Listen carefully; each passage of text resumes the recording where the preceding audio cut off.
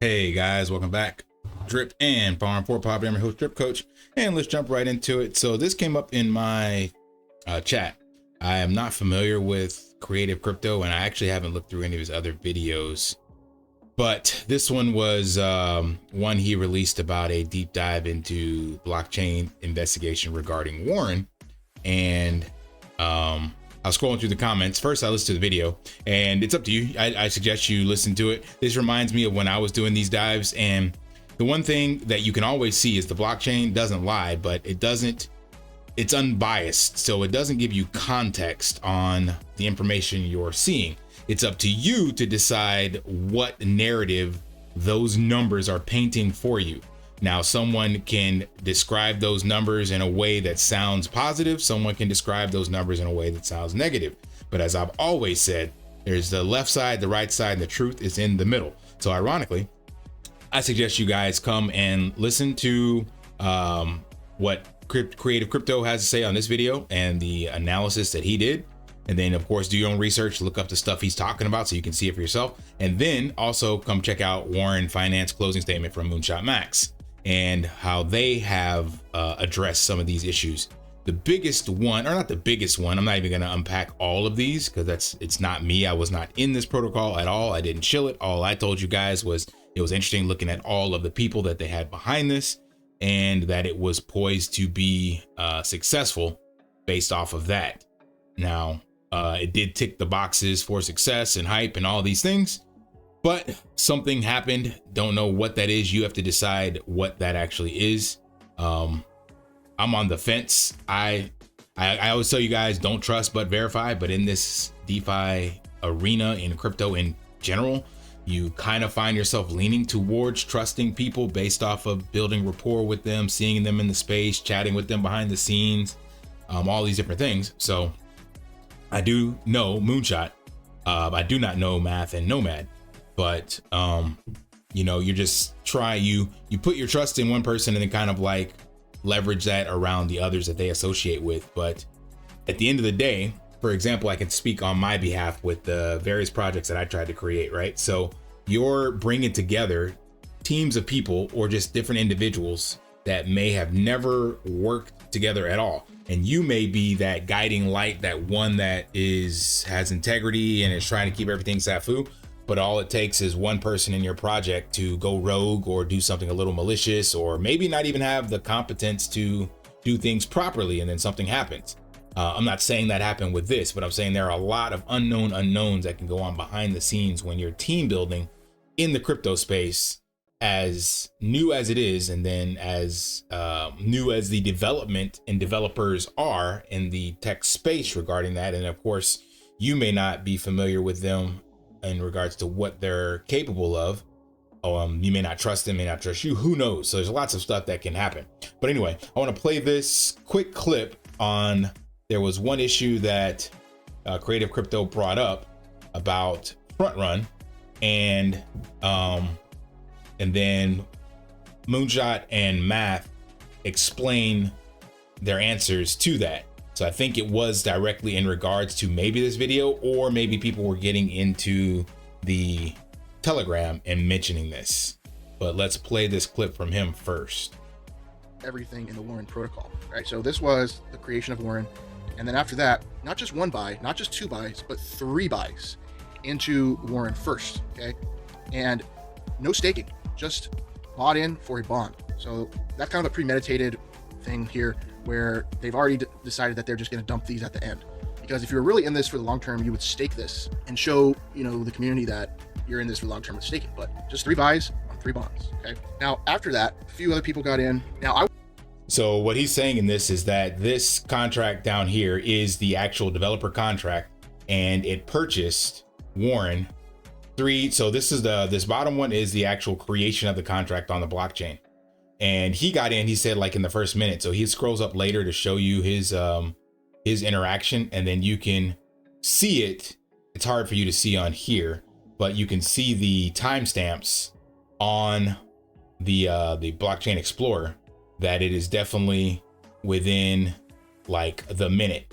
So this one is 1849 And then this is 2003. So this was, let's see, that's days, hours, minutes, seconds, milliseconds, I guess. So very quickly after it was launched, or signed on the blockchain, there was 3 buys within a, what is that, like a 15-20 minute time frame, I guess. And then it's hard for me to tell exactly, but then you have the rest of like the community coming in, and you can see these are relatively quick successions. So like these, there's a bigger gap, but then once you get into these numbers, 1235, 1235, 1235, 1245, so that's like all in the same block. But these were well before that. And he's saying, this is his statement, that if this, so this is the deployer wallet, so this is the team. Now, if they were in it for the long haul, he's saying they should have bonded this or staked this, but they just bought it. So I don't know anything about that, how that worked out. But then you have Moonshot and Math's statement on front running here. So front running is usually you pushing a transaction before another individual. Most of the time, it's either for buying cheap Reddit decks and selling at a higher price. But for the case of Warren, we don't really have ability to buy before others, since we had a specific block where the contracts would be released. So in any sense. So for me, that I would have preferred him to directly address this. So he said we don't have an ability to buy before others, but clearly they do. So like if you launch the contract and then you are the one telling the community that it's live, or maybe someone who is savvy enough is into Telegram scanning, or if you let the contracts be released ahead of time, they're scanning for that transaction on the blockchain. But 9 times out of 10 in a Telegram, you get an announcement that says contracts are live, you can buy now, whatever the case may be. So you can clearly see that the timestamp in between when the contract was pushed and when like the first wallet outside of the dev wallet was interacting with that contract. And there was at least, it's hard to tell, but at least like 15 to 20 minutes before that first one. And then everybody else was in like within a minute. And then, like I said, this guy, Creative Crypto, comes in around like the 30th transaction or something like that up top. And he's still within like the first minute or so, less than 5 minutes. Let's finish up with front running. For Warren, the only thing that would have been possible would have been sniping that first or second block. Now, looking through the blockchain here, there are a few individuals that actually bought in with bonding a couple seconds after launch. I think there's 10, 15 individuals the first, looks like minute, and then we're seeing a lot more action after that first minute. But as of Warren, if everyone bonded, that would have been an issue, but obviously most of the people actually staked here. So that's not really an issue, in addition to us surviving past that first 40 bond. So like I said, to me, the answer should have been, if it was directed specifically to what this person brought up. Now, I don't really know, but the evidence stated here and the rebuttal doesn't line up for me to give clear indication of one way or the other. So he was saying that you could have been sniped, and then he's like, most of the individuals that got in, wouldn't have been an issue if they would have bonded, blah, blah, blah. So the question to me should have been directed like, what was the purpose, or why were there 3 transactions from the dev wallet before anyone else?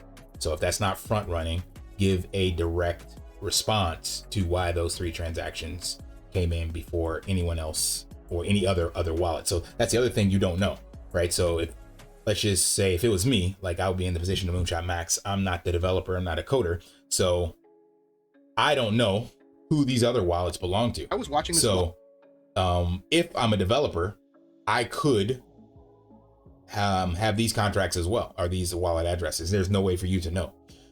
We've seen that in other protocols with, what do they call that? Fake transactions, basically. Forgot the name of that right now, I'm drawing a blank. But that's the thing. So the only one you can verify for sure is the one that actually signs the contract, releases the contract, uploads it to gets it authenticated to the block or whatever, and any other transactions that interact with that wallet. But other ones, you have no idea. So again, I'm not splitting hairs or trying to pick a side. It's up to you guys. All I want you to do is, as I keep saying, don't trust, verify. Go back and listen to what this guy has to say, listen to what the team has to say, you make your decision as to, you know, what went down, what you're going to do in the future. Mo Crypto commented down here saying that it was that creative didn't have the right information and that the team explained it. And that could be true. Like, that's what I'm saying. That's the hard part. So you get an explanation of the blockchain from the people who are behind the scenes with the protocol. So like if someone were to analyze my wallet and say, hey, blah, blah, blah, blah, blah, I can come up and tell you what that means. And it's up to you to decide if it's true or not. It doesn't even matter if it's true from my behalf, because it's up to the individual hearing that information and then looking at the blockchain data to decide whether or not they believe the story or the narrative of the numbers. And that's really all it is. I remember this way back in like maybe when I was going through college. It was a statistics class. They said statistics don't lie, but statisticians do. So you can always take numbers and make them tell a story that you want them to push the narrative you want them to. And blockchain is the same way. So there is definitely concrete data and numbers in a story being told on chain. However, it's just black and white numbers or letters as well. But we need the context behind that, and then we use, you know, our emotions and analytic skills and all these other things to decide what to do with said information once we weave both those together. So all I'm encouraging you guys to do is go look at this stuff. And then there's some good information in regards to, if you're going to get into a project, you know, take a look at the blockchain and look at the contracts and especially if something's launching, to see what the first couple transactions are and how that looks. Like if it's a protocol where staking and bonding is supposed to be there, if there's like a really large number of tokens that are just bought and held, you know, if there's a bunch of small transactions off like for the exact same block and exact same amount, like that's how you can tell scripts and bots, because they kind of look, I wouldn't say obvious, but they have a pattern, so to speak. So all these things can help you with the DYOR side of crypto and DeFi. But again, check out his video, Creative Crypto. I'll try to remind myself to leave a link. If I don't, just do a search for it. I keep forgetting to do stuff like that. And then check out Moonshot Max's comment on that. So that's all I got. Hope that provides some value, some clarity, some insight, and do your own research. Smash that HPL special, help a brother out. Like, subscribe, comment down below. And until next time, lift daily and achieve your impossible. See ya. Want to pay your in real life bills with crypto? How about send crypto directly to anyone with a bank account? SPRITZ Finance is a decentralized solution to be your own bank and connect your crypto earnings to real world bills and payments.